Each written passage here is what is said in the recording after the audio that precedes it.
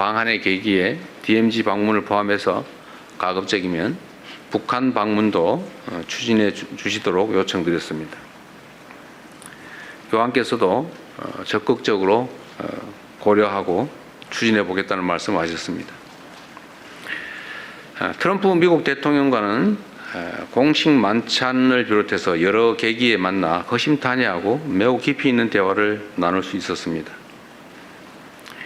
특히 마크롱 프랑스 대통령이 일부러 만찬 자리에 트럼프 대통령과 저 이렇게 자리를 붙여주셨다고 저한테 말씀하셨습니다. 얘기할 거리가 많을 것 같아서 일부러 그랬다고 저한테 생색도 내셨는데 이 자리를 빌어 감사드립니다. 실제로 아주 오랜 시간 한반도 문제를 포함해서 한미 관계에 대해서 깊이 있는 또 서로 이해를 깊이 하는 그런 논의가 가능했습니다. 저는 트럼프 대통령의 중동 지역 내 평화 정착과 이란 핵 문제 해결을 위한 노력에 지지를 표명했고, 한반도의 긴장 완화와 지속 가능한 평화 정착을 위해 역할을 해 주실 것도 다시 한번 당부드렸습니다. 트럼프 대통령 역시 한반도 문제에 깊은 관심을 갖고 있음을 재차 확인해 주었습니다. 특히 한반도 평화가 동북아시아는 물론 세계 평화와 안정에도 중요한 의미를 갖는다는 데 공감하고, 앞으로도 관련 사안에 대한 긴밀한 소통 또 건설적인 기여를 함께 모색해 나가기로 했습니다. 마지막으로 해외 동포 여러분들과 함께한 시간에 대해서 짧게 말씀드리겠습니다. 먼저 벨기에에서는 한국 해외 입양 동포분들이 매우 많기 때문에 그분들로부터 오랜 시간 가슴에 품고 살아오신 여러 이야기를 들을 수 있었습니다. 타국에서 겪어야 했던 외로움, 또 입양에 따른 정체성에 대한 고민, 또 친생 가족을 찾고자 하는 간절한 바람과 노력을 접하면서 대한민국 대통령으로서 참으로 만감이 교차하고 많은 책임감을 느꼈습니다. 입양 동포 여러분의 현안을 더욱 세심하게 살펴야 되겠다는 다짐을 했습니다. 약 20만 명에 가까운 우리의 아이들이 어려운 시기 여러 가지 경로를 거쳐 해외에 입양됐는데, 그 입양 과정은 물론이고 그 후 해외 성장 과정 그리고 현재 해외 생활에서 많은 애환들이 있었습니다.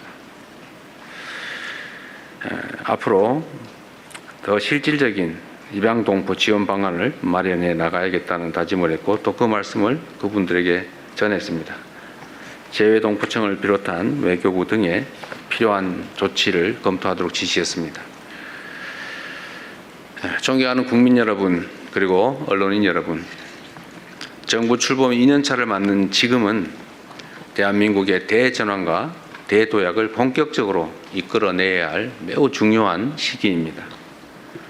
변화하는 국제 질서 속에서 국익을 최우선에 두는 실용 외교를 적극 추진하고, 경제, 안보, 기술, 문화를 비롯한 전 분야에서 대한민국의 새로운 성장 동력을 확보해 나가도록 하겠습니다. 아울러 놀라울 정도로 우리가 모르는 사이에 높아진 우리 대한민국의 국력과 국제적 위상에 걸맞게 국제사회의 평화와 번영, 연대와 협력을 위해 더 큰 책임과 역할을 다해야 될 것 같습니다. 이번 순방을 통해 세계 각국의 지도자들과 폭넓게 소통하며 국익을 위한 의미 있는 성과를 나름 많이 만들어냈습니다. 순방의 성과가 우리 국민 여러분의 삶과 대한민국의 미래의 실질적인 결실로 이어질 수 있도록 최선을 다하겠습니다. 순방 기간 동안에 보내주신 우리 국민 여러분의 관심과 성원에 감사드립니다. 보내주신 기대와 신뢰에 더 큰 성과로 보답할 수 있도록 더욱 낮은 자세로 더 큰 책임감으로 국정을 수행해 나가겠다는 약속의 말씀을 드립니다. 감사합니다. 네, 이어서 질의응답 시간을 갖겠습니다. 먼저 순방 성과 관련해서 좀 질의 먼저 받았으면 합니다. 네, 앞에 KBS 손서영 기자님. 네, 안녕하세요. KBS 앉아서 하시죠. 손소영입니다. 예, 그럼 앉아서 하도록 하겠습니다. 트럼프 대통령과 이제 많은 대화를 네. 틈틈이 나누셨는데 그 한반도 평화에 대한 기여를 언급하시면서 중동 문제를 해결한 것처럼 이 한반도 문제도 해결해달라 이런 주문을 하셨습니다. 이 중동 문제 해결이라는 부분에 어떤 함의가 있는지 좀 궁금하고요. 그리고 또 트럼프 대통령께서 강한 지도자라는 평가를 하셨는데 대통령께 구체적으로 어떤 역할을 주문한 게 있으신지 여쭤보고 싶습니다. 중동 문제를 해결한 것처럼 한반도 문제를 해결해 달라가 이게 약간 두 가지 의미가 있을 수 있는데 어쨌든 문제가 있는데 관여해서 문제를 완화한다, 해결한다는 뜻에서는 한반도 문제가 동일하지만 중동 문제를 해결하는 것처럼 그런 방식으로 하면 안 되겠죠. 뭐 그 점은 분명합니다. 한반도 문제에 대해서 좀 이따 말씀을 드리기로 하고, 네, 트럼프 대통령께서는 어쨌든 뭐 만찬 자리에 90분이 넘는 긴 시간에 옆자리에서 계속 대화할 기회가 있었기 때문에 정말 깊이 있는 대화가 가능했습니다. 오히려 정상회담 시기보다 훨씬 더 나았던 것 같아요. 뭐 그 과정에서 뭐 강한 지도자라는 뭐 표현도 여러 차례 해주시기도 하였고, 아마 그게 존중의 의미라고 생각합니다. 한반도 문제, 그다음에 한미 관계, 이게 뭐 가장 중요한 문제고, 그 중에서 가장 뭐 긴 대화를 한 것은 사실 북핵 문제죠. 앞으로 북핵 문제를 어떻게 접근할 것이냐. 트럼프 대통령께서도 막 14일인가 뭐 며칠 전에 김정은 위원장하고 함께 뜰을 거니던 사진을 SNS에 올렸습니다. 그 말씀도 하시더군요. 자기가 올렸다고. 본인이 올렸다고 말씀하시면서 이제 북한 문제에 대해서도 관심을 가져야 될 때가 됐다 이런 말씀하셨습니다. 그리고 제가 공동 사진 촬영을 하기 위해 처음 만났는데 그 자리에서도 먼저 그 북한 문제 어떻게 돼가요? 이렇게 미리 물어보셔서 갑자기 좀 사진 촬영 시간에 북한과 한반도 문제를 잠깐 얘기하게 됐습니다. 그래서 뭐 얘기가 아주 자연스럽게 이어졌는데요. 제가 드린 말씀은 트럼프 대통령께서 하신 말씀의 핵심은 북한도 이 핵무기를 현실적으로 보유하기 이전 단계에서 뭔가 가능한 조치를 했어야 되는데 못해서 아쉽다 이런 말씀을 하셨습니다. 저도 물론 뭐 그 점도 그 점이지만 지금은 다른 나라를 대하는 방식으로 북핵 문제를 접근하면 안 된다 라는 점을 분명히 말씀드렸습니다. 뭐 그 점에 대해서 본인도 동의하셨고요. 근데 해결 방안이 마땅치 않다는 생각을 가지고 계셨고 그게 고민이었던 걸로 보입니다. 그래서 북핵 문제에 관한 우리의 입장을 좀 자세히 설명을 했어요.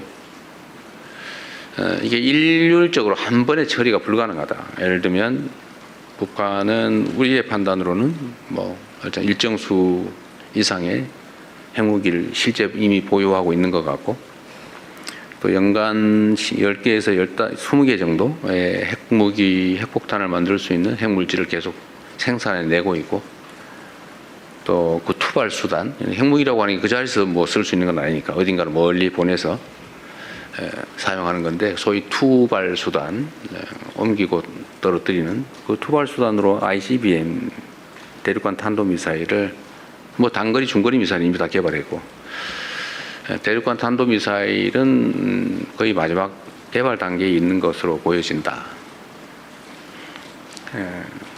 근데 이런 상태에서 그냥 원론적인 얘기를 서로 하면 이게 접근이 불가능하다. 북한은 비핵화 얘기를 하지 말고 핵 보유를 인정해야 대화하겠다 이러고 또 국제사회 입장에서는 비핵화를 포기할 수 없는데 이러니 대화 자체가 되지 않는다.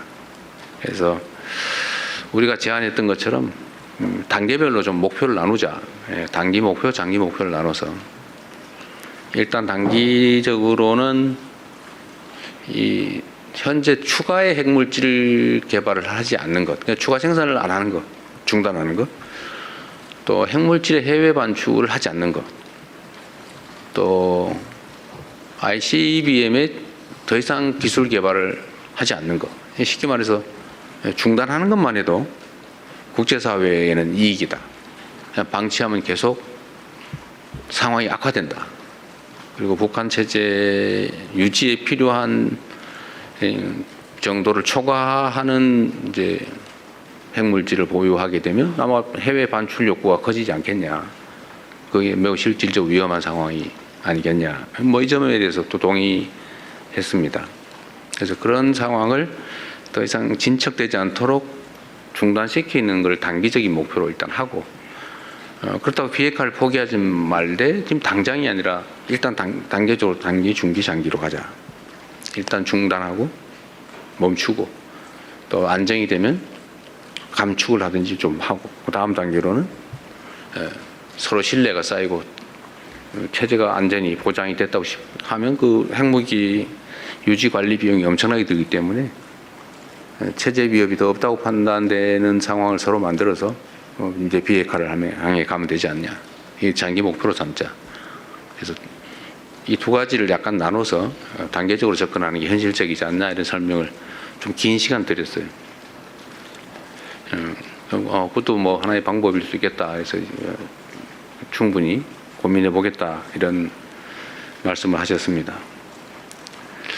어쨌든 한반도의 핵 문제를 포함한 평화와 안정의 문제는 우리의 생존이 걸린 문제이기 때문에, 어쨌든 제가 전에 한반도의 핵 관련된 한반도 정책으로 제시했던 단기, 중기, 장기로 나눠서 접근하는 문제에 대해서는 필요한 만큼 충분히 말씀을 드려서 이해했다고 생각됩니다. 뭐 그리고 그 외에도 뭐 이런저런 얘기들이 많이 있었는데 이제 답은 여기까지 하겠습니다. 네, 또 다른 기자분 여기 앞에 머니투데이 김성환 기자님. 예, 저 머니투데이의 김성원 기자입니다. 순방 고생하셨고 시차 적응을 좀 하고 계신지 모르겠습니다. 저도 첫 번째 G7 1박 4일 일정 갔다 오고 이번에 갔다 오니까 감회가 좀 남달랐는데, 대통령이 조금 더 솔직하게 두 번째 G7 정상회의 이제 참석하시고 나니까 좀 느낌이 어떠셨는지 자유롭게 말씀을 부탁을 드리겠고요. 그리고 책임감 있는 역할을 해야겠다고 하셨는데 2년차 외교 구상은 좀 어떻게 두고 계시는지도 조금 더 구체적으로 말씀해 주시면 감사하겠습니다. 네. 그리고 한 가지 더 질문을, 공교롭게도 이번에 양자회담에서 캐나다 총리와 그리고 독일 총리를 둘 다 만나셨는데요. 캐나다가 60조 잠수함 사업 최종 사업자 발표 앞두고 있는 가운데 만남이었기 때문에 저희도 관심이 컸는데, 혹시 좀 긍정적인 결과를 기대해도 될지, 좀 그런 분위기가 감지가 됐는지 좀 말씀해 주시면 감사하겠습니다. 네. 우선 쉬운 것부터 말씀을 드리면, 두 총리, 캐나다 총리와 독일 총리는 독일 총리 먼저 만나고 그다음에 캐나다 총리를 만났는데, 뭐 그 결과에 대해서 전혀 감을 잡을 수 없었고요. 우리의 종합적인 판단으로는 뭐 상당히 기대를 갖고 있긴 한데, 그러나 뭐 낙관하기는 그렇게 뭐 호락호락하지는 않다. 좀 그렇게 말씀드려야 될 것 같아요. 감을 잡기가 매우 어려운 그런 상황이었습니다. 제가 지금 막 졸리는데 그 시차 때문에 그런 건가요? 여러분도 고생하셨습니다. 제가 순방을 다니면 우리 동행하는 언론인 분들한테 참 미안하다는 생각이 듭니다. 너무 힘들죠, 사실은. 10몇 시간씩 그 좁은 의자 좌석에 앉아서 쪽잠을 자야 되는데 너무 힘드실 것 같아요. 그리고 이번에 또 비용을 엄청나게 많이 냈다고. 돈 없으면 해외 취재도 못 다닐 것 같아요. 그래서 그거는 제가 좀 법률적 검토를 좀 지시를 해놨어요.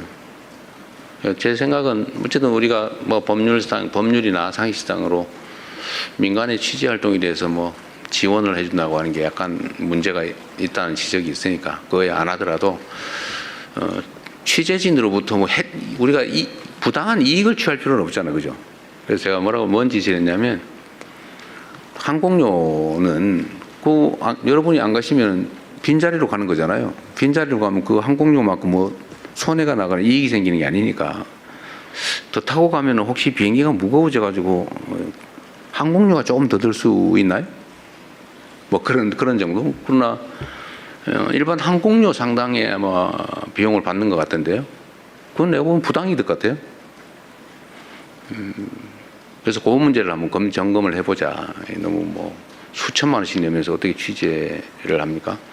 이게 여러분들 영업활동이라고 보면 안 되잖아요. 이게 국가를 위한, 공동체를 위한 공익적인 측면이 있고 정부 입장에서는 이걸 많이 홍보를 해야 되는데 여러분이 또 홍보를 대신해 주는 측면이 있기 때문에 뭐 어차피 빈자리로 가는 것, 그 비용까지 일반 항공료를 받는 건 좀 문제가 있어 보여서 지적을 해놨다 말씀드립니다. 두 번째, 제가 작년에 처음 G7 회의를 갔을 때는 사실 뭐 취임한 지 며칠 되지도 않고 원래는 안 갈까 생각했었죠. 초청이지만 안 갈까 생각했다가 이게 매우 중요한 회의라서 어쩔 수 없이 갔고 또 뭐 이렇게 처음 보는 사람들이고 다 외국 정상들이 뭐 여러분도 뭐 개인적으로 사람을 처음 만나면 좀 어색하고 불편한 것처럼 뭐 국가 정상들도 사실 처음 보고 그러면 막 쑥스럽고 어색하고 그래요. 이번에 보니까 우리 일본 총리께서 좀 그러신 것 같아요. 아마 그 G7 회의는 처음이었죠. 늦게 취임하시면서. 어쨌든 그러나 이번에 이제 두 번째는 거의 뭐 다 만나봤던 긴 시간 얘기를 했던 분들이어서 더 깊이 있는 대화도 가능하고 또 정서적 교감도 훨씬 더 쉬웠던 것 같습니다. 또 앞으로도 계속 노력해야 되겠죠. 국가 간의 관계도 정상들 간의 정서적 유대와 교감이 매우 크게 영향을 미칩니다. 이번에 제가 사실 매우 고마웠던 것은 이태리 측의 그런 뭐 배려라고 할까 그런 거였죠. 우리 교민들이 여러 가지 저한테 민원을 냈는데 그 중에 하나가 이제 우리 국민들이 연간 100만 명 정도가 이탈리아 관광을 갑니다. 그러니까 거기 이태리에 있는 우리 재외 국민들 또는 동포들이 관광 가이드를 하는 경우가 많은데 그게 이제 시험 봐서 뭐 자격증을 얻는데 되게 어려움이 많대요. 이제 그 얘기를 했더니 그 얘기를 하고 난 다음에 주말인데 밤에 관광청에서 우리 교민들 중에 그 일에 관계된 관광 가이드 회장인가 그분한테 전화가 왔다고 해요. 앞으로 이렇게 한번 처리하자. 뭐가 문제냐. 뭐 그래서 제가 그 다음 날 낮에 월요일 날 간담회라고 했는데 전날이니까 일요일 날 연락이 온 거예요. 정말 각별한 배려를 해준 거죠. 멜로니 총리께서 특별히 배려해서 주말에 이렇게 조치를 해준 겁니다. 매우 감사한 일이죠. 그게 아마 서로 간의 신뢰와 교감 때문이 아닐까 그런 생각을 합니다.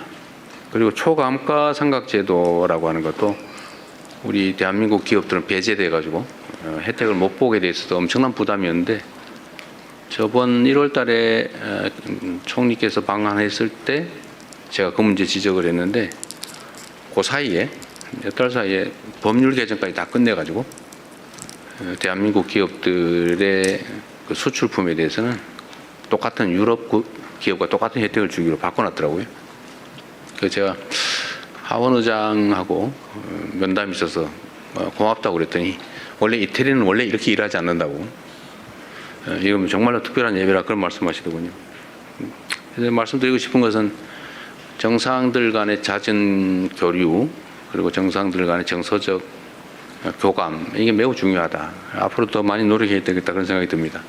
아주 뭐 몇 년 동안 또는 십수년 동안 해결되지 않던 아주 묵은 숙제, 난제들도 정상들 간의 대화를 통해서 많이 해결을 했어요. 지금까지도. 그래서 좀 더 가급적이면 임기 전반에 초반에 외국 정상들 간의 정상회담 교류는 좀 최대한 많이 하려고 합니다. 힘들긴 한데 사실 임기 후반에 가면 사실 그게 뭐 그렇게 효과를 보기 어렵죠.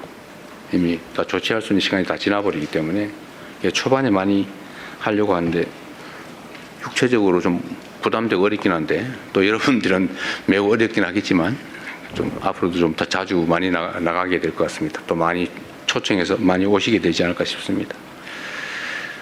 네. 네. 평화방송 김혜영 기자님. 네. 앞줄에 계신 기자분들이 공부도 잘하고 질문도 많이 하고 그런 거예요? 이번에 그 특별히 또 바티칸을 갔으니까요. 그렇군요. 네, 네, 평화방송 네, 네. 김혜영입니다. 네. 저는 이번 지금 설명해 주시는 과정에서 처음 알게 됐는데 그 현직 추기경 임명 요청하셨다는 사실. 네. 이게 뭐 교회 염원이긴 합니다만 정부나 한국 사회에는 어떤 의미가 있는 일일까 여쭤보고 싶습니다. 대한민국에 뭐 여러 종교가 있습니다만 천주교는 참 교황청 입장에서 특별한 의미가 있을 것 같습니다. 선교사들의 파견 선교를 통해서 한국에 천주교가 전래된 게 아니고 한국만 유일하게 우리 스스로 천주교를 받아들였죠. 그게 이제 로마 교황청의 입장에서도 매우 중요하다고 합니다. 그래서 또 각별한 관심을 가지고 있다고 해요. 그래서 제가 그 점도 지적을 하고, 뭐 교회 문제에 우리가 관여하는 게 조금 그래서 말씀드리기가 좀 그랬는데, 그러나 우리 대한민국 천주교 신자분들이 무려 600만 명을 넘고 있고, 또 한국 사회에서 매우 중요한 일을 하고 있고, 또 내년에는 세계 청년 대회라고 하는 100만 명이 모이는 매우 중요한 국제 행사까지 치러지게 됩니다.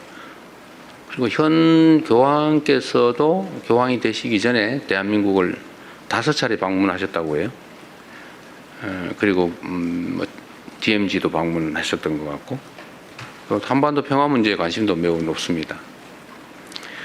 그래서 제가 그런 계기에 한국의 천주교 신자분들, 천주교계에서 실제 뭐 염원이기도 해서 그 전달해드리는 형식으로 대한민국 정부가 정식 요청은 아니고 한국의 천주교 신자들이 염원하는 바인데 이거 꼭 전해드리고 싶다 그랬더니 교황께서도 한국의 천주교에 대해서 매우 관심이 높다는 느낌이 들었어요.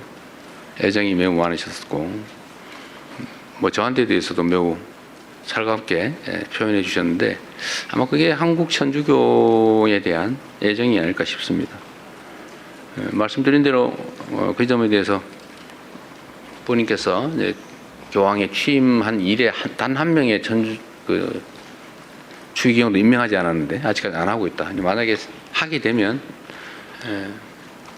이 점을 각별히 고려하겠다 이렇게 말씀해 주셨어요. 한국 천주교에 대한 또 천주교 조직과 신자분들에 대한 정말 각별한 애정을 표현해 주신 것 같습니다. 또 재미있는 거는 한국에 대한 저한테 이거 시계를 보여주시더라고요. 시골에 시커먼 시계를 차고 계시면서 이게 뭔지 아냐고 그래서 삼성 시계라고. 그래서 또 전화기도 갤럭시 쓴다 내가. 그리고 차도 현대차 탄다 이렇게 말씀하시더라고요. 어쨌든 뭐 각별한 관심이 있으신 것 같습니다. 네. 네, 이번에 좀 저쪽으로 넘어가 보겠습니다. 네, 동아일보 박훈상 기자님.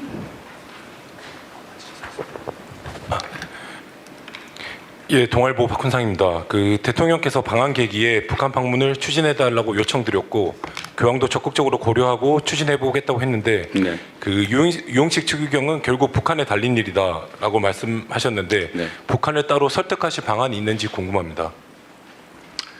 안타깝게도 현실은 북한과의 모든 소통 수단은 단절되어 있습니다. 북한은 이렇게 말하고 있죠. 세상에서 가장 적대적인 다른 나라다. 민족 공동체도 아니고, 과거에는 우리는 민족 공동체라고 서로 불렀죠. 민족 공동체도 아니다. 우리는 적대적인 두 국가다. 이렇게 얘기하고 있습니다. 뭐 비상전화 통신선까지 다 차단된 상태입니다.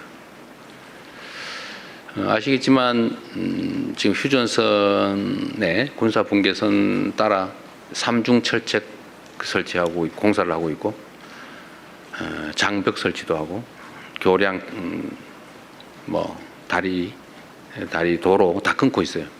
공사를 지금 1년 내내 계속하고 있습니다. 전방에서 그거 쳐다보는 게 일이죠. 혹시 저 공사하다 우리 분계선 넘어오는 거 아니야? 이렇게 해서 가끔씩 그것 때문에 작은 충돌도 생기기도 합니다. 그 정도로 상황이 안 좋아요. 그러나 우리는 뭐 끊임없이 노력해야죠. 왜냐하면 저는 우리가 강력한 국방력으로 북한을 억지하고 평화 체제를 구축하고 뭐 언제든지 싸워서 이길 수 있는 준비를 하는 거 당연히 필요하다고 생각해요.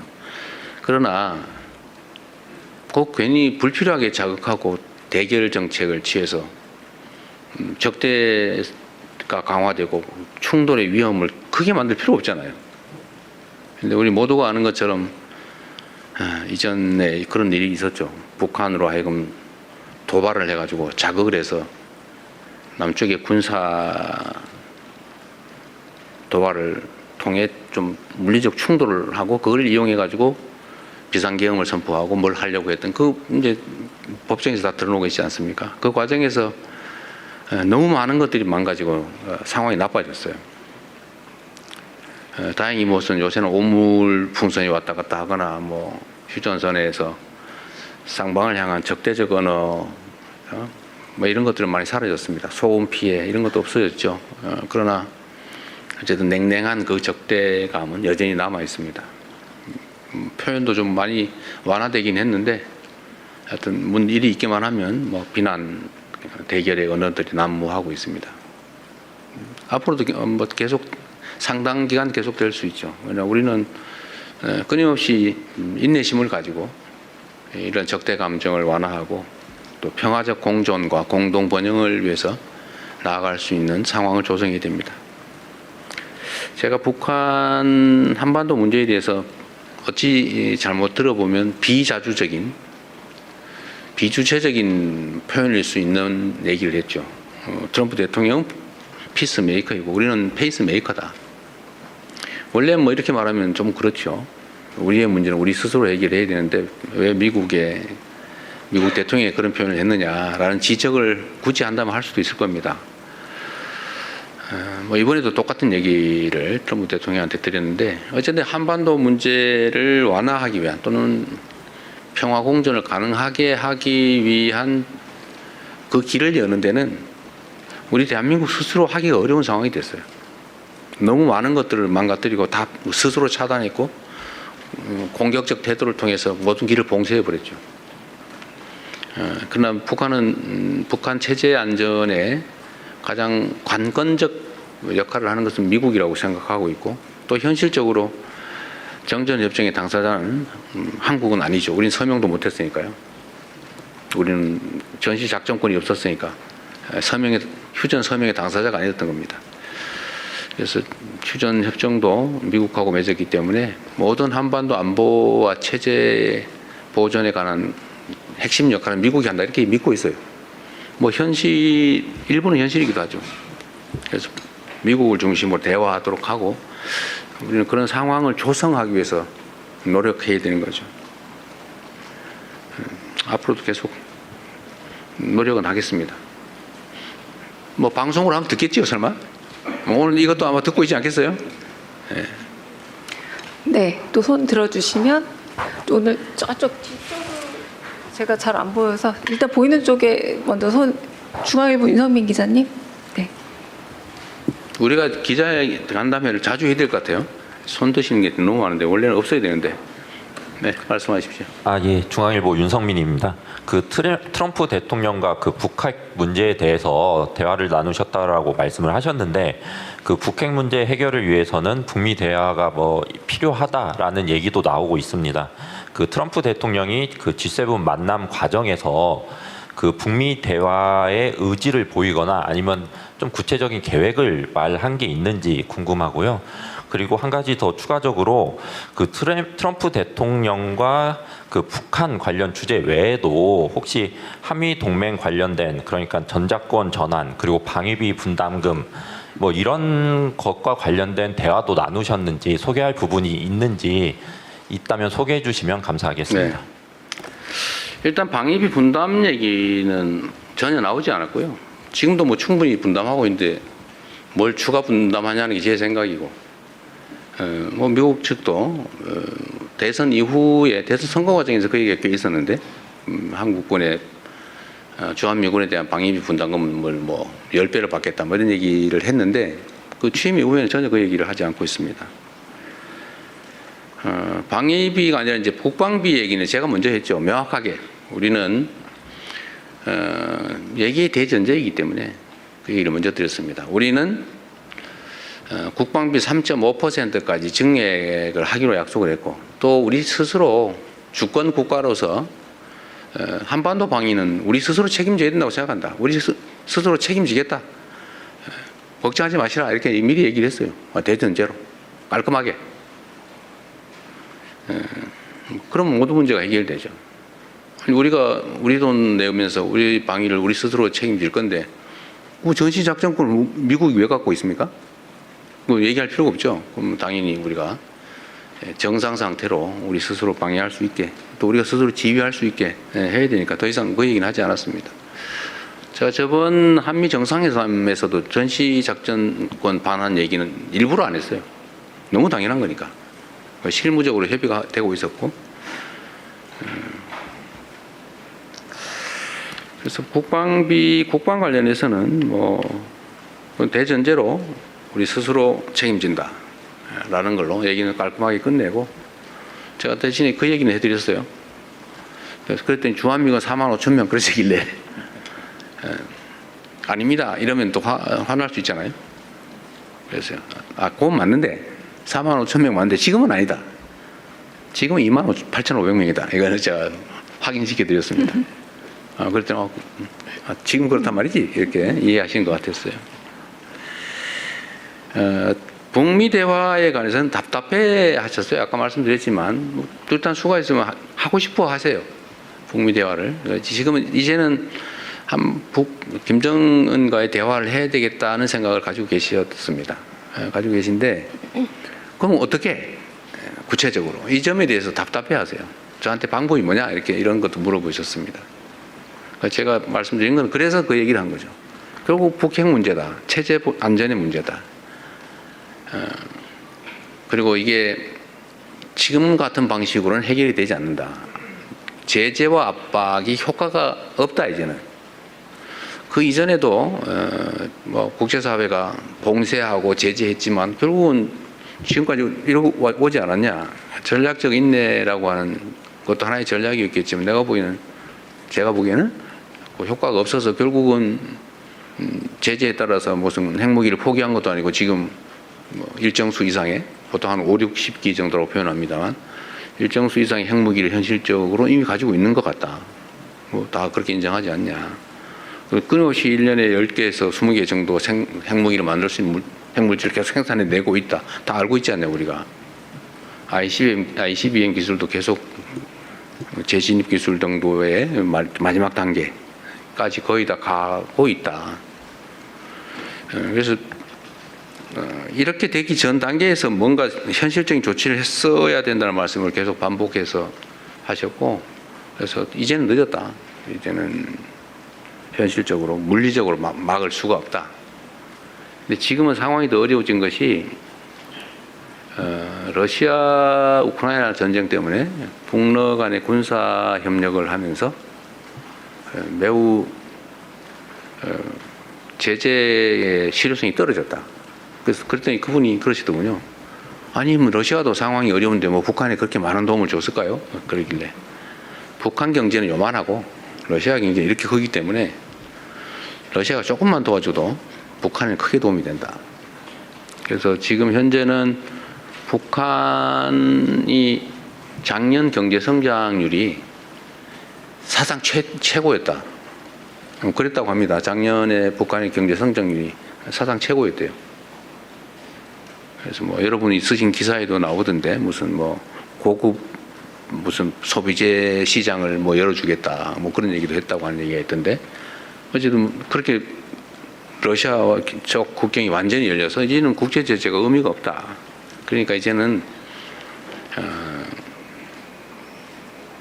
핵물질 추가 개발 또 미사일 추가 개발 뭐 이런 거를 중단하는 것 가지고 협상을 해야 될 때가 됐다고 보여진다. 더 확산되지 않게 하는 게 이익이다. 지금 제재가 거의 실효성이 없다라는 말씀을 드렸고 그 점도 많이 공감을 하셨어요.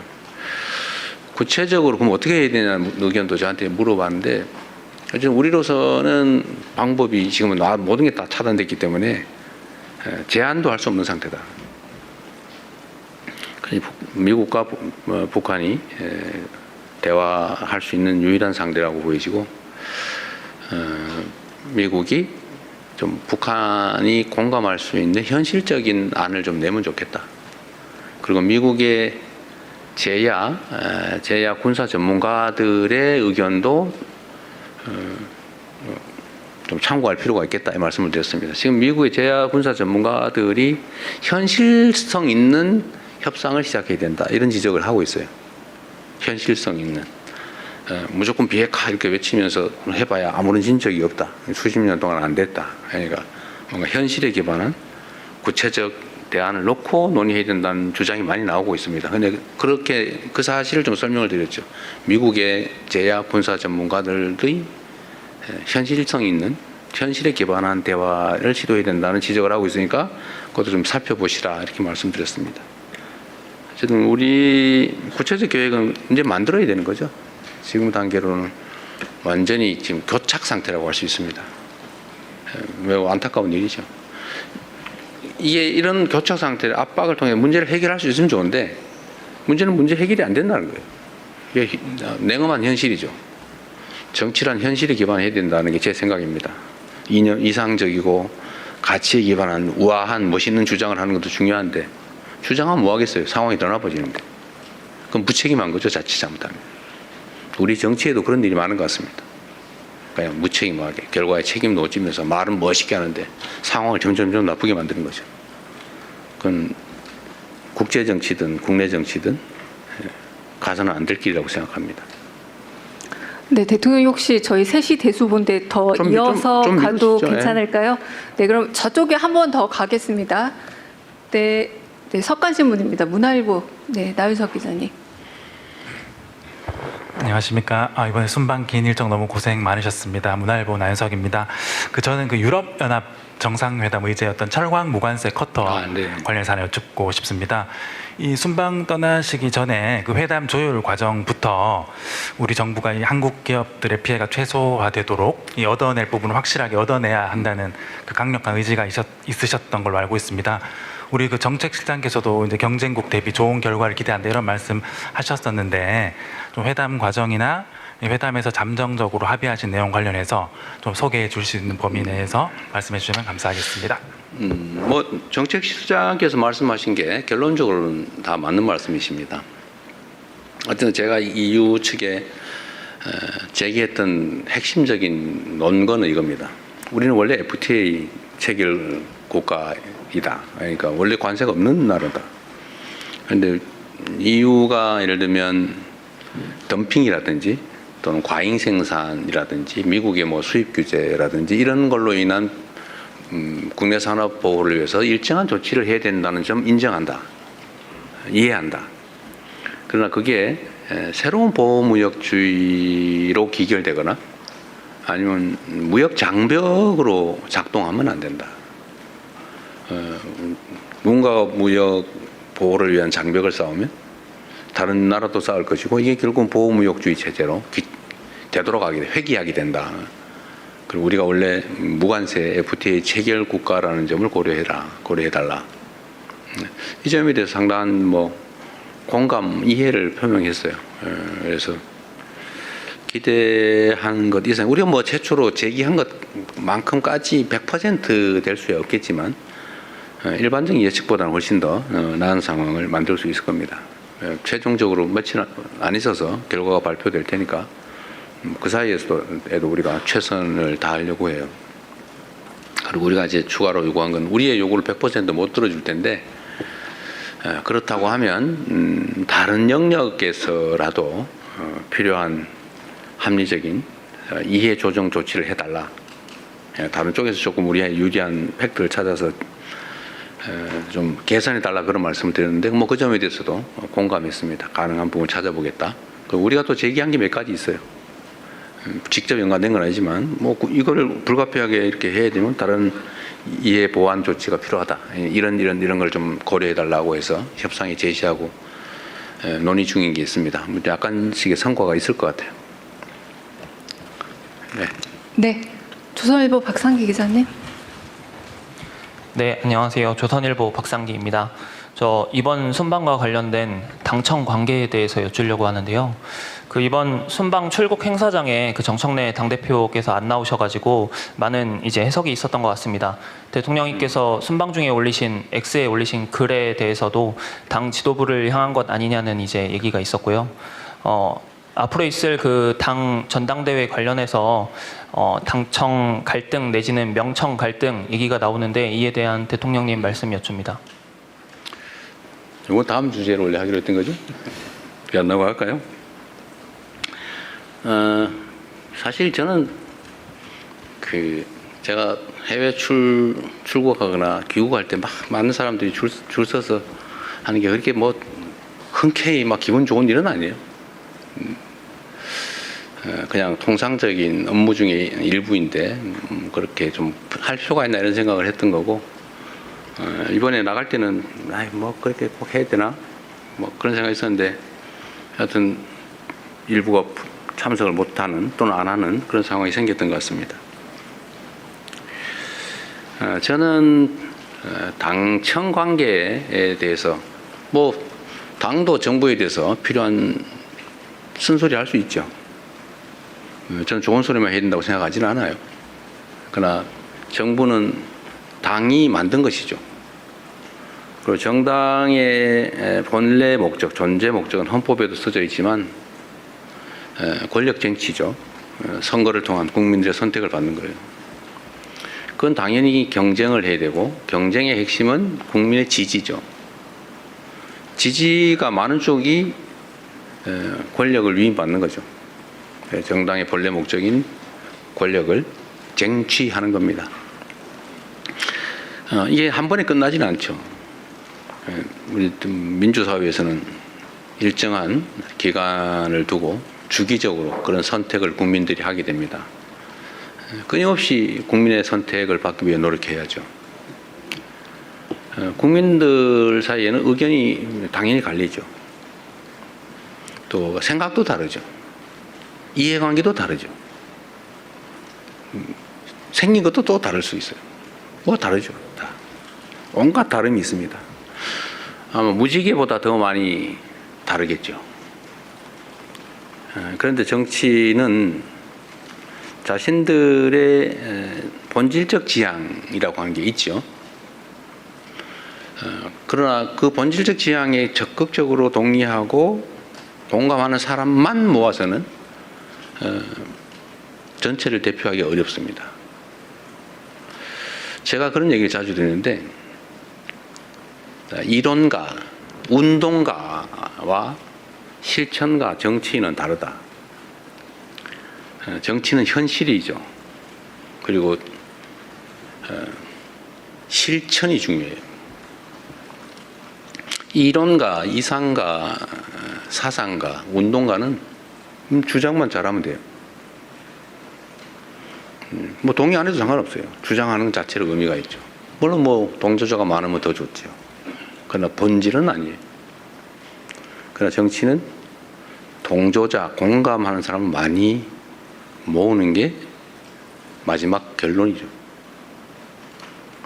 그래서 정치는 언제나 포용적이어야 합니다. 제가 빈말로 하는 게 아니고요. 듣기 좋자고 하는 게 아니고, 그게 현실이에요. 우리의 원래 가진 이상과 가치를 잃지 않아야죠. 그렇다고 그걸 딴 데는 강요할 수는 없어요. 그걸 잃지 않으면서도 최대한 많은 사람들에게 공감을 이끌어내고, 약간 달라도 다른 점보다는 같은 점들을 찾기 위한 노력을 끊임없이 해야죠. 사실 친구 간도 마찬가지예요. 쟤는 왜 저런 게 마음에 안 들어? 이거 왜 마음에 안 들어? 이러면 다 남대요, 원수대요. 쟤는 왜 이런 게 좋아? 웃는 게 너무 좋아. 쟤는 뭘 하는 게 좋아? 쟤는 이렇게 배려해 주는 게 좋아. 이 좋은 점들을 찾으면 친구가 많아지죠. 정치도 마찬가지 아닌가요? 그런 생각이 듭니다. 당청 관계는 그래서 사실은 동일체이기도 하고 다른 존재이기도 하죠. 정부는 당이 만든 거잖아요. 정당 국가에서. 당연히 서로 협조하고, 또 정부는 정당이 지원 지지하기를 기대하죠. 정부의 국정 성과는 결국 당의 귀속되죠. 그걸 통해서 결국은 또 국민들의 평가를 받지 않습니까? 당청 관계는 하나이면서도 또 남이기도 하고 남이면서 또 하나이기도 하고 그런 관계라고 생각됩니다. 그래서 당연히 서로에게 잘 되자고 격려할 수도 있고 잘못된 게 있으면 지적할 수도 있는 거죠. 민주당과 지금 현재 정부는 저는 뭐 여러분들이 보시기에는 엄청난 갈등이 있는 것처럼 보이지만 저는 더 잘 되기 위한 과정이라고 생각해요. 잘 돼야 되겠죠. 저는 그런 측면에서는 일종의 사명감을 가지고 있습니다.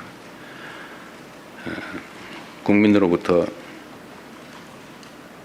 좋은 평가를 받기 위해서는 실적을 내야 되겠죠. 실천과 행동을 통해서 결과를 만들어내고 그 결과가 국민들에게 유용해야 되겠죠. 그래서 가장 실용적이어야 합니다. 그리고 더 많은 사람들의 공감을 이뤄내야 되겠죠. 그래서 가능한 범위에서도 양보도 하고 일부에서는 뭐 왜 우리 편 안 쓰고 왜 자꾸 남의 편 쓰냐 뭐 같이 싸워온 우리 편은 너무 섭섭하다 뭐 그런 얘기도 있다고 해요. 그렇다고 뭐 저는 객관적으로 봤을 때 우리 편 안 쓴 거 아닙니다. 그러나 또 다른 쪽도 써야죠. 또 잘하고 있잖아요. 사람을 쓰는 데서는 이것도 국민들이 다 지켜보는 거죠. 심판을 하고 있잖아요. 다 쳐다보고 결과를 얼마나 잘 만들까? 결과를 만드는 것은 결국 사람인데 유능한 인재를 쓰나 지편 챙기나 이거 보고 있겠죠.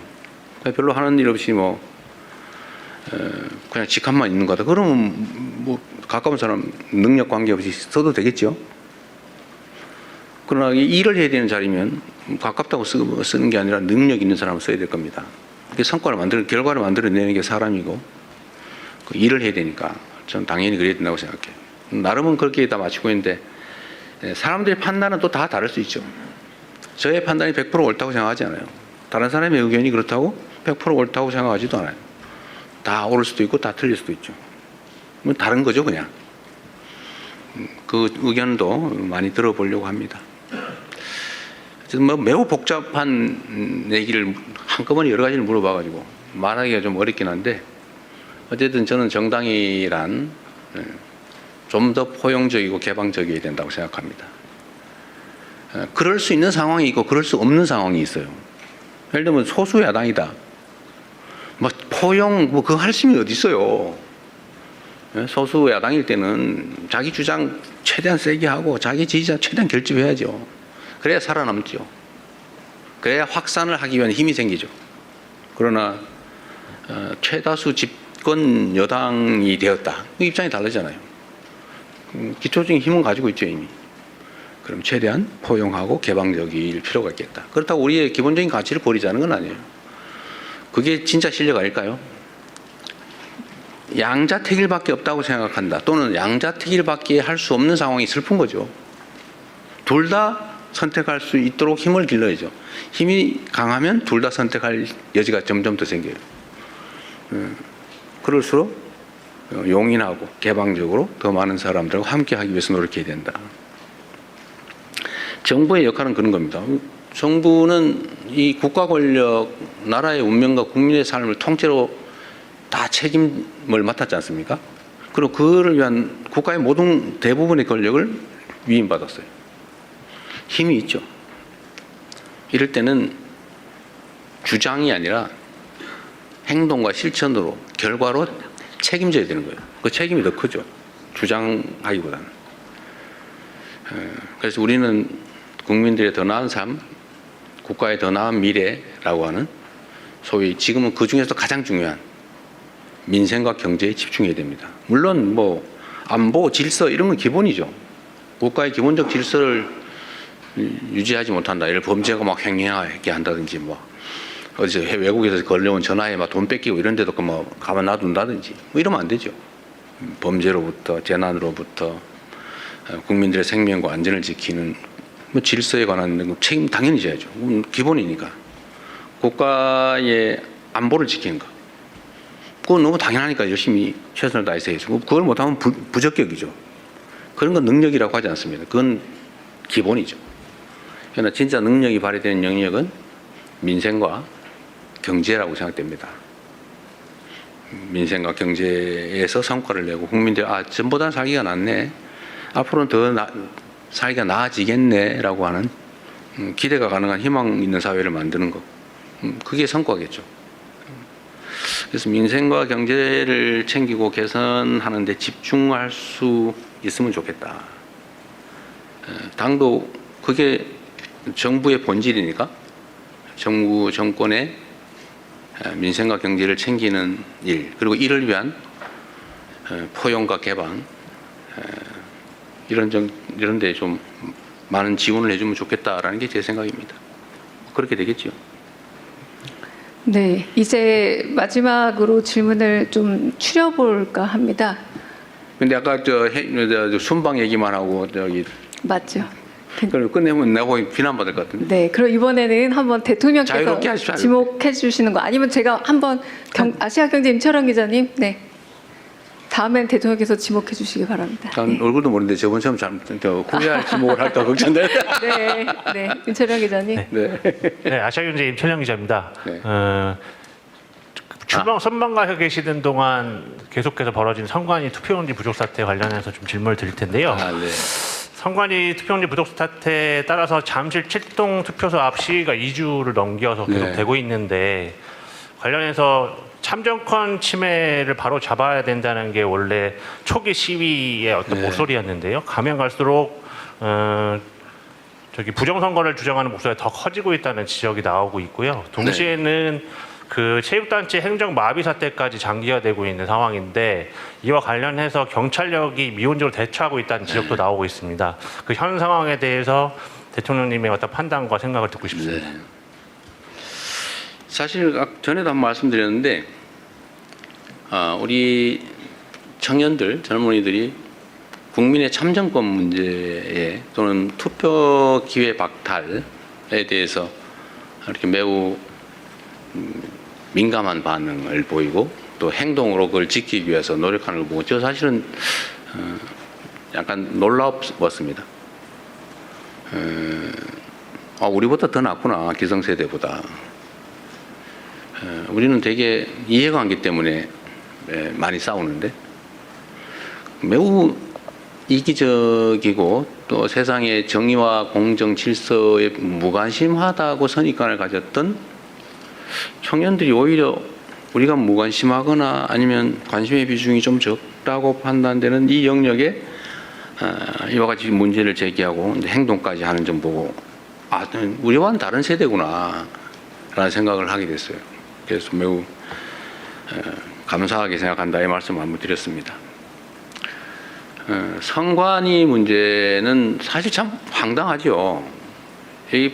제 입장에서도 선관위 좀 문제다 이렇게 생각을 하긴 하지만 평소에도 근데 뭐 아무런 우리가 통제, 감시, 견제 권한이 없어요. 하다못해 선관위원장에 대한 형식적 임명권조차도 없어요. 스스로 자기들끼리 돌아가면서 복귀돼 있어요. 정부에서 3명, 대통령이죠. 대통령이 3명, 대법원에서 3명, 대법원장이 3명, 국회에서 3명. 이렇게 뽑으면 그 9명이 돌아가면서 위원장을 하는데 지금까지 수십 년 관행은 대법원에서 지명하는 3명의 선관위원 중에 대법관을 1명을 포함시키는데 대법원장이 지명한 대법관인 선관위원이 당연히 선관위원장을 맡아왔단 말이에요. 그래서 우리는 그래도 가장 공정한 대법관이 맡아서 가장 공정하게 잘하지 않을까 그런 기대를 했지 않았겠어요? 그런데 결과는 이런 어처구니 없는 일이 벌어진 거죠. 예를 들어 전에 뭐 채용 비리 문제도 그렇고 뭐 최근에 나오는 뭐 좀 얘기하기 좀 그럽니다. 뭐 해외 출장 얘기도 그렇고 그다음에 뭐 입력을 하는데도 신경 안 써가지고 막 뒤집어서 입력을 하고 더군다나 무슨 투표지가 부족하게 만든다든지 뭐 사실 상상할 수 없는 일이잖아요. 투표지야 원래 투표할 사람 숫자만큼 만드는 게 우리 동창회장 뽑을 때도 하는 거 아닌가요? 아니 뭐 회원 중에 안 올 사람 있긴 하죠. 우리가 50명 회원이면 50장 만들지 않아요? 근데 평소에 42명 왔으니까 43명만 하자고 그랬는데 45명 와버렸네 이게. 이게 말이 되냐고 이게. 그것도 예산이 없었냐 그것도 아니잖아요. 다 예산 편성해 줬잖아요. 뭐라고 뭐 변명이 있겠지만 있을 수 없는 일이죠. 국가의 가장 근간인 소위 민주적 기본 질서를 유지하는 이런 투표제도, 선거제도를 정말 헌법이 정하는 중립기관으로서 아무의 통제도 받지 않고 하면 그만큼 책임을 져야 되는데 책임을 진 게 아니라 자유롭게 해버린 거죠. 방종에 가까운 자유를 구가했던 것 같습니다. 결국은 심각한 문제가 있죠. 대응을 해야 되겠죠 이제. 일단 집회 시위에 관한 문제를 얘기하기 전에 선관위의 문제는 저는 좀 이따 뭐 대주보회의 때도 이 얘기를 하려고 했는데 법제도들을 좀 최대한 고쳐보고 최소한 외부의 감시 견제가 어느 정도 가능해야 되지 않냐.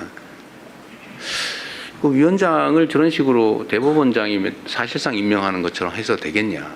또 비상임으로 해가지고 뭐 선거날도 제대로 출근을 안 했다는 얘기가 있던데 그렇게 하면 되겠냐.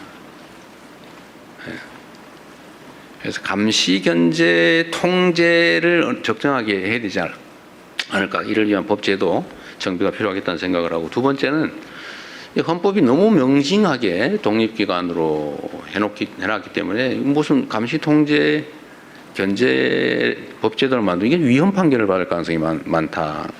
그러니까 필요하다면 여야 간의 의견의 일치가 된다면 선관위에 관한 뭐 원포인트 개헌이라도 해야 되지 않을까.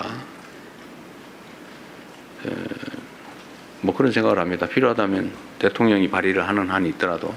근데 문제는 이게 정치권의 책임성에 관한 것인데 진심으로 이 문제를 해결하기 위한 것인지 아니면 이걸 이용해서 정치 공세를 하고 뒤로 빠지려고 하는 건지를 알기가 어려운 상황이어서 정치권에 좀 진지한 논의를 촉구하고 정치권에서 논의되는 걸 봐가면서 우리 정부도 입장을 정하겠습니다. 어쨌든 근본적인 개혁이 필요한 건 확실합니다. 이런 상태로 갈 수는 없어요. 시위에 관한 문제, 시위 자체는 참정권 확보를 위한 시위 자체를 비난하거나 그래서는 안 되죠. 오히려 보호해야 되겠죠. 근데 이 공간을 활용해가지고 전혀 엉뚱한 허위사실을 공표하면서 가짜뉴스를 남발해서 사회 혼란을 획책을 한다든지 또는 뭐 무슨 산적도 아니면서 지나가는 사람은 검문 검색을 한다든지 소위 주머니를 털거나 이러면 안 되잖아요. 원래 산적이 하는 일이죠, 그게. 아무거나 놓으면 고개 마루 장악하고 지나가는 사람 주머니 털어가지고 검사하고 10% 띄고 보내고 이런 거 있잖아요.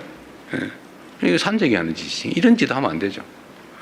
또는 그 숫자 많다고 출입을 막아가지고 남의 중요한 일을 못하게 막는다든지 이건 업무방해거든요. 위력에 의한 업무방해, 중대범죄 중에 하나죠. 하여튼 이런 행위에 대해서는 제가 엄정하게 수사하고 책임을 묻도록 지시했습니다. 이런 것까지 방치하면 안 되죠. 이런 구분을 좀 해야 되겠다. 정당한 참정권 확보를 위한 주권 행사와 질서 파괴를 획책하는 범죄 행위는 엄밀하게 구분을 해야 이 참정권을 지키기 위한 선의의 이런 운동도 제대로 빛을 발할 수 있겠다. 그래서 옥석을 좀 가려서 엄정하게 대응할 건 대응하고 보호할 건 또 확실히 보호하고 그렇게 하도록 하겠습니다. 네, 또 질문 받겠습니다. 제가 좀 눈에 잘 안 보이는 쪽 뒤쪽 한번 보겠는데요. 네, 일단 우리 저번에 마이크 갖고 막 많이 다니시던 그 우리 사람이 누구시더라? 이어진 기자님. 이어진 기자님. 네, 네. 손 좀 한번 해주세요. 네. 요새는 안 하셔가 제가 조금 심심해요.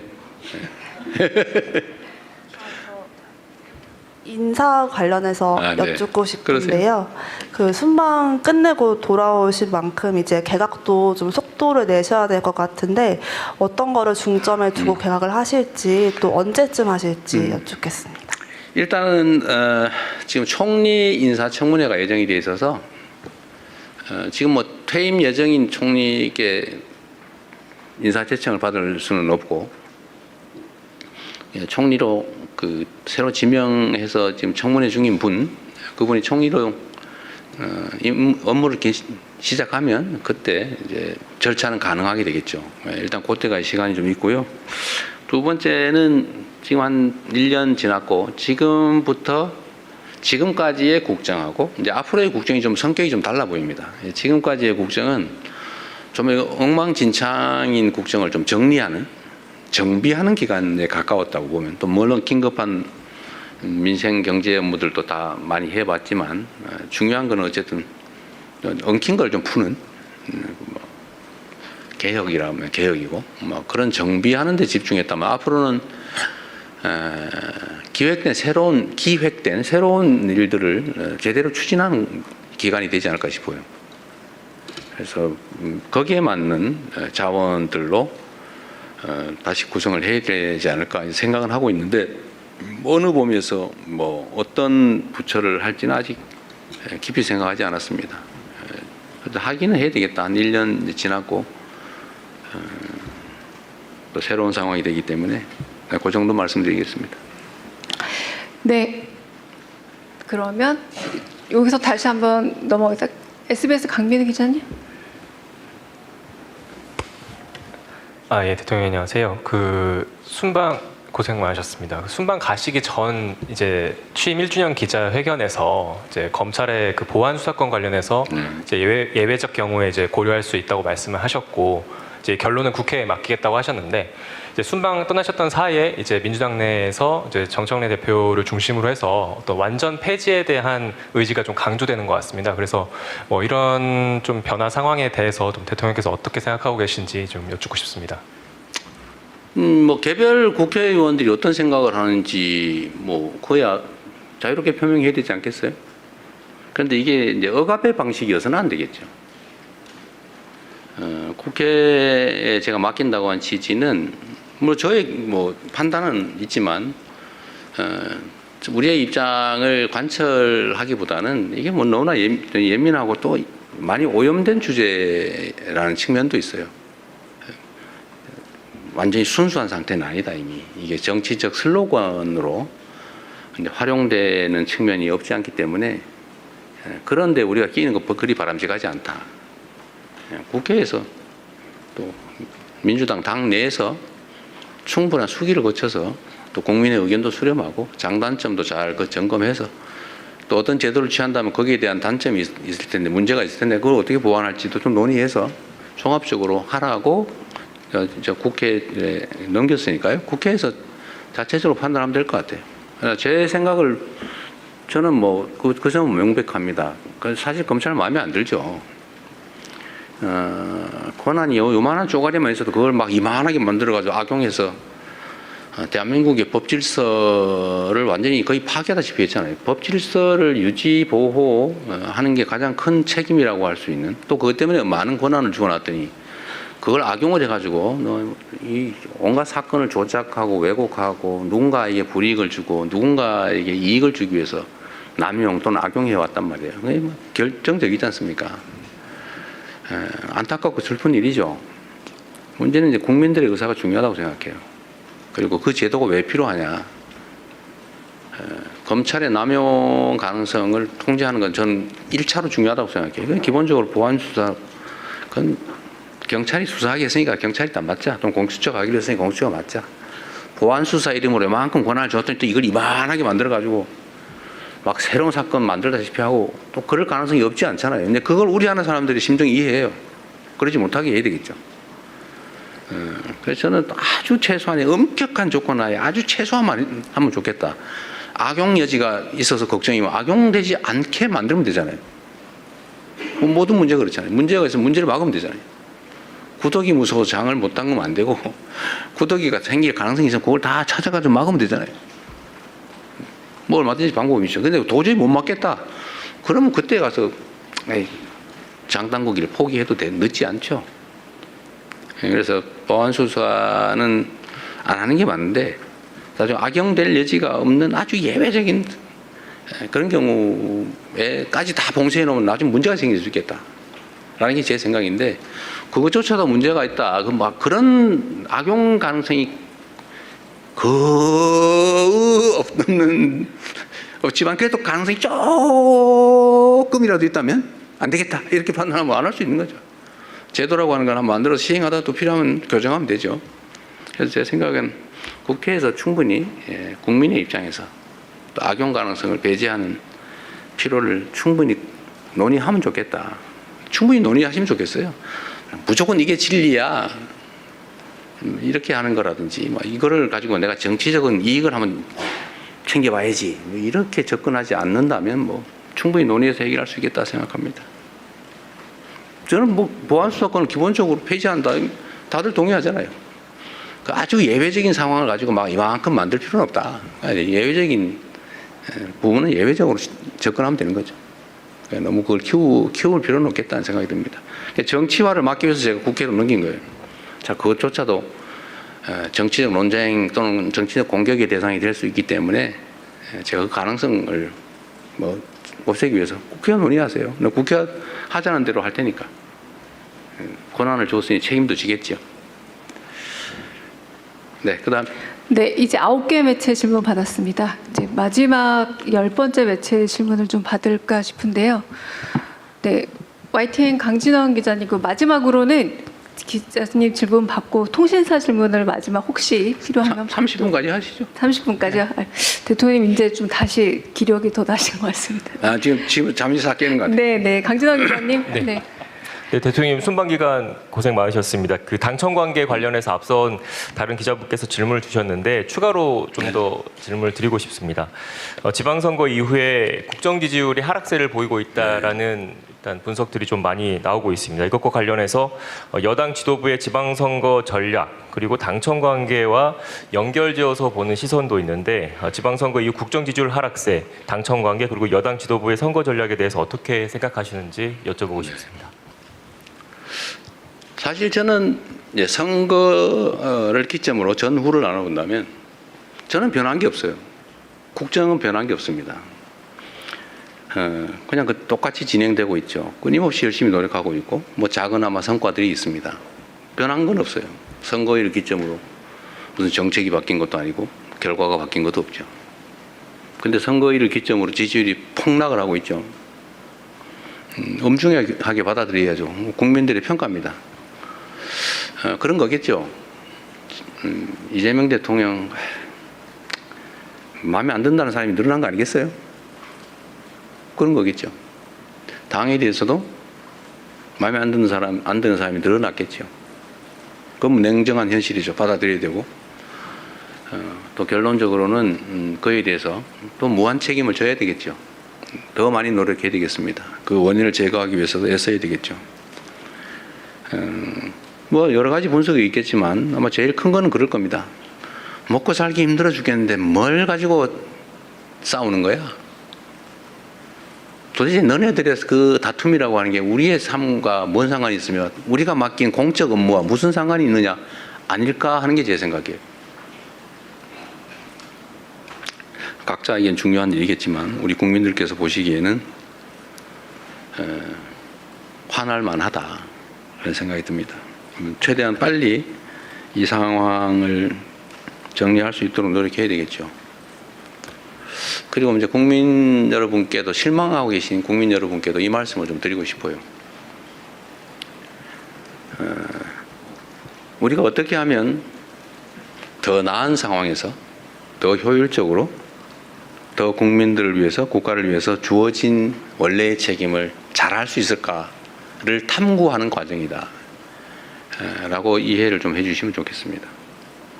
최소한 저를 포함한 정부는 그래요. 이 일을 대면하는 입장에서 우리는 나름 최선을 다했지만 어쨌든 국민들께서 우리가 기대하는 만큼의 선택을 하해 주지 않으신 거죠. 그건 현실이지 않습니까? 그래서 어쨌든 생기는 문제들, 논쟁도 있고 또 해석을 둘러싼 다툼도 있고 대책을 둘러싼 논쟁과 다툼도 또 있는 거죠. 그러나 그조차도 더 나은 대한민국, 민생 문제, 민생 경제에 더 나은 진전, 더 나은 결과 이걸 만들기 위한 노력입니다.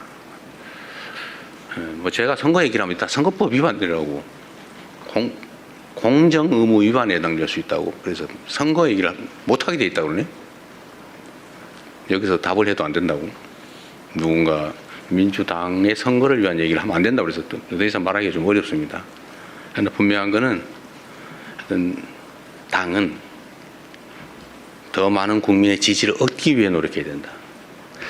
다른 요소를 찾기보다는 같은 요소를 찾기 위해서 노력해야 된다. 그래서 제가 이런 면에서 민주당 내의 경쟁과 갈등에 대해서도 한 말씀 꼭 드리고 싶어요. 그 원수 싸우듯이 하지 마십시오. 거기에 그 같은 입장에 있는 같은 진영이라고 하는 울타리 안에 있는 사람들끼리 경쟁을 하는 게 아니라 전쟁을 했어야 되겠습니까? 모욕하고 헐뜯고 없는 사실 만들어가지고 공격하고 그러니까 또 억울하다고 또 이쪽이 또 뭐 그러고 왜 그렇게 합니까?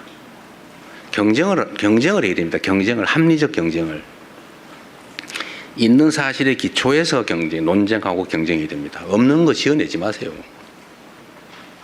허수아비 전법이라고 없는 사실을 지어낸다면 거기다 막 공격하고 그래서 다른 옆에서 보는 사람이 저기 진짜 있나 봐. 이것도 하나의 테크닉이라고 생각하는지 모르지만 그 나쁜 짓이죠. 다시 서로 회복할 수 없어요. 나중에. 그건 전쟁이죠. 또 모욕하지 마세요. 왜 그렇게 서로 모욕하고 폄하하고 꼭 숨어가지고 그러는 사람도 있어요.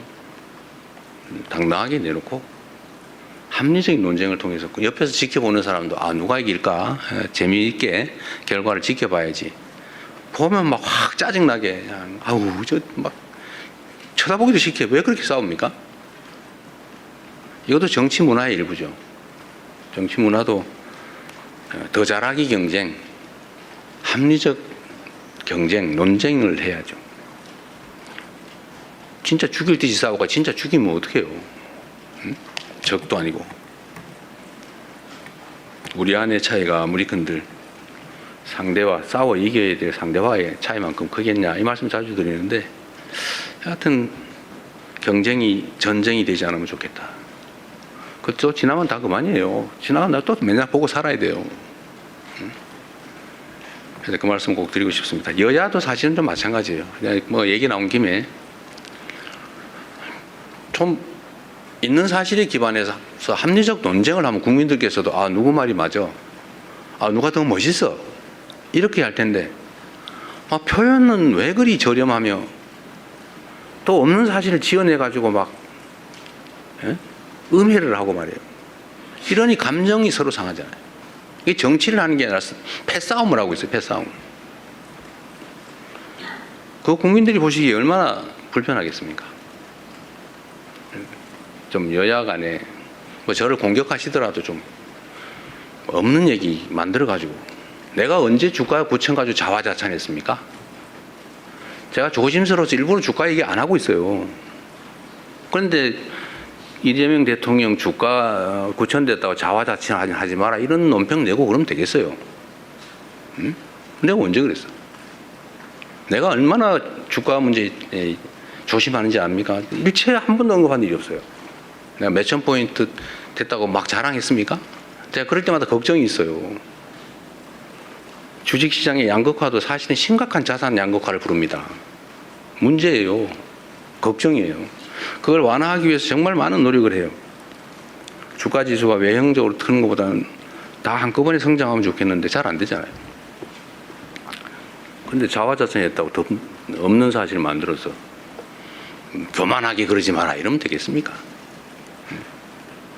예를 들면 그래서 여야 간이든 당내든 정치적인 논쟁은 좀 전쟁이 아닌 경쟁이었으면 좋겠어요. 그 경쟁도 죽이기 경쟁이 아니고 네가 더 못하나 내가 더 못하나 이런 저열한 구태 경쟁이 아니고 누가 더 잘하나 누가 더 합리적인가 누가 더 효율적인가를 국민이 보는 앞에서 논쟁할 수 있었으면 좋겠습니다.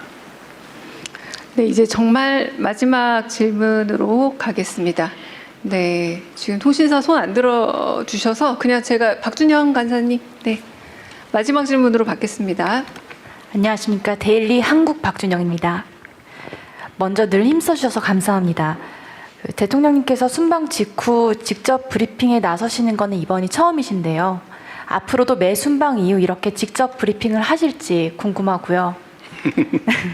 또 통상 참모진이 설명해왔던 그런 순방 성과를 대통령께서 설명하기로 한 결정 과정에서 이 순방 성과가 국내 정치 이슈에 가려졌다는 판단이 좀 있으셨는지 궁금합니다. 네, 앞으로 이거 자주 할 거냐? 저는 사실 우리 언론인 여러분들 또 우리 국민 여러분 앞에서 직접 대화하는 게 저 자신에게도 도움이 되고 국정을 이해하는 데도 도움이 된다고 생각해요. 저는 많이 하고 싶은데 우리 참모들이 자꾸 말립니다. 그래서 제가 아까도 그 얘기를 했더니 아니 이거 말고도 무슨 뭐 국무회의도 공개하고 무슨 타운홀 미팅도 공개하고 이렇게 많이 공개하는 대통령이 없었다. 근데 기자회견까지 뭘 자꾸 또 더 하려고 그러냐 이런 지적을 받았습니다. 그래서 제가 그런 얘기했어요. 아니 되게 걱정은 그런 거죠. 혹시 뭐 불필요하게 했다가 질의응답 과정에서 실수하거나 아니면 뭐 오해가 생기거나 정제되지 못한 표현으로 갈등이 생기거나 그런 걱정을 하지 않을까 싶어요. 뭐 그것도 저는 정치의 일부라고 생각해요. 자주 좀 하고 싶은 게 제 소망인데 제가 이 내부에 그런 반대 의견도 있지만 이번에는 우리 순방 성과를 직접 설명해야 되겠다고 일방 통보를 한 다음에 제가 오늘 이 자리에 나왔습니다. 뭐 참모들로서는 그런 걱정하는 게 맞죠. 저는 앞으로도 좀 자주 하고 싶어요. 여러분들하고 대화를. 그리고 제 진지한 제 속마음도 우리 카메라 앞에 우리 국민 여러분께 보여드리고 싶어요. 진짜 하고 싶은 이야기. 얘기를 안 하니까 오해가 자꾸 생기는 것도 있더라고요. 뭐 사실 이번에 순방 성과 설명을 직접 하게 된 계기도 뭐 그런 것의 일환입니다. 국내 문제 상황이 영향을 미쳤냐? 뭐 영향이 없다고 할 수 없겠죠. 실제로 좀 매우 아쉽기도 했어요. 예를 들면 우리가 이 국가의 격에 관한 문제, 소위 국격에 관한 문제죠. 예를 들면 해외에서 대한민국을 얼마나 높이 평가하는가. 사실 저 스스로도 잘 느끼지 못할 정도로 대한민국의 위상이 높습니다. 뭐 여러분도 어떻게 느끼시는지 모르겠는데 우리 국내에서 느끼는 것보다 해외에 나가 보면 정말로 대한민국에 대한 환호를 합니다. 제가 이번에도 이제 파리가 아니죠. 에비앙에서 이제 G7 회의를 하고 사전 행사로 저녁 때 이제 그 지역의 중학생들이 이제 노래를 해주는 그런 시간이 있었어요. 거기를 갔더니 이제 정상들이 한 열 몇 명 이렇게 쭉 서 있잖아요. 부부가. 근데 그 앞에 한 200명 정도의 이제 중학생, 주로 여성들로 구성되어 있는 여학생들로 구성된 여기 그 합창단이 있었는데 그 합창단이 저하고 제 아내를 보더니 갑자기 이러는 거예요. 이게 다른 사람은 이게 뭔 뜻인지 몰라요. 이거 좀 뭐야? 이렇게. 우리는 알죠. 그래서 제가 이렇게 해줬어요. 물론 뭐 모르는 사람도 좀 있지만 대부분 매우 즐거워했어요. 그게 한국 문화죠. 이 프랑스 에비앙 지역의 중학교 여러 개를 한 5개인가를 모았다는데 거기 그 학생들 사이에 대한민국 대통령과 부인을 딱 보니까 그 생각이 다 났던가 봐요. 그리고 이 정상들이 저한테 거의 예외 없이 그 얘기를 합니다. 자기 아내가, 자기의 딸이, 자기 아들이, 자기 누구가 한국어 배우고 있다. 한국 공연 모주탄에서 난리다. 한국 가는 게 꿈이다. 다 그 얘기를 합니다. 한국이 일종의 뭐 이상향처럼 그려지고 있는 상황이에요. 제가 보니까. 그때 한국이 얼마나 유명합니까? 재작년 12월 3일에는 군사 쿠데타? 뭐 이러면서 놀랬잖아요. 그 다음에 또 횃불도 아니고 무슨 응원봉을 들고 노래를 부르면서 그걸 진압해가지고 민주주의 헌정 질서를 회복해요. 전 세계에 역사적으로 없던 일이잖아요. 그걸 보면 계속 놀라는데 요새는 거기다 문화적으로 거기다 반도체 뭐 이런 걸로 그러다니 유럽 같은 데는 방위 산업이 완전히 유럽을 압도하고 있단 말이에요. 한국산 방공 시스템, 소위 미사일 시스템을 못 구해가지고 막 서로 막 먼저 달라고 저한테 청탁하고 그래요. 막 비행기 수송기를 띄워가지고 막 바로 실어가요. 생산되자마자. 대한민국은 정말로 뭐 산업 경제 측면, 문화 측면, 정치적 측면에서 세계의 총화가 돼가고 있어요. 얼마나 대단한 국가입니까? 이런 것들도 사실 많이 보여드리고 싶죠. 그런데 그런 게 이제 예를 들면 이태리의 어떤 국빈 방문에 대한 뭐 예를 들면 의전 행사나 뭐 이런 게 사실 우리 국민들한테 보여줘야 되거든요. 자세히. 근데 잘 안 됐죠, 사실은. 딴 거 하느라고. 아쉽죠. 어딜 가나 마찬가지입니다. 그래서 그런 아쉬움도 있었어요. 제가 그 말씀도 한번 드리고 싶었습니다. 우리 대한민국이라는 나라가 또 그 속에 살아가는 대한국민이라고 하는 존재가 얼마나 위대한 존재들인지 우리 자부심 가져도 된다. 물론 뭐 내부적으로 보면 어려움들이 많죠. 각 부문별로 어려움들이 많지만 그러나 그 점도 다른 나라들도 크게 뭐 예외는 아니고 뭐 양극화가 좀 우리가 좀 심하다는 측면도 있지만 그러나 전체적으로 보면 여전히 과학기술의 발전 속도나 국가의 민주주의 정도나 뭐 과학 문화예술의 발전 정도나 경제적 성장 성취나 이런 모든 것들이 정말로 전 세계가 이렇게 쳐다볼 만큼 대단하다. 그 말씀을 여러분께 꼭 드리고 싶습니다. 어려운 상황이긴 하지만 이런 유리한 좋은 점들은 최대한 키우고 또 부족한 부분은 채워가면서 모두가 함께 잘 사는 대한민국을 만들어 보도록 최선을 다하겠습니다. 감사합니다. 네, 감사합니다. 여기서 오늘 대통령님 브리핑 그리고 갑작스럽게 마련된 기자회견은 마치도록 하겠습니다. 앞으로 조금 더 자주 뵙겠습니다. 이상으로 유럽 G7 순방 결과 브리핑 마치겠습니다. 오늘 참석해 주신 기자분들 모두 감사드립니다. 대통령께서 먼저 이석을 하겠습니다. 네, 감사합니다.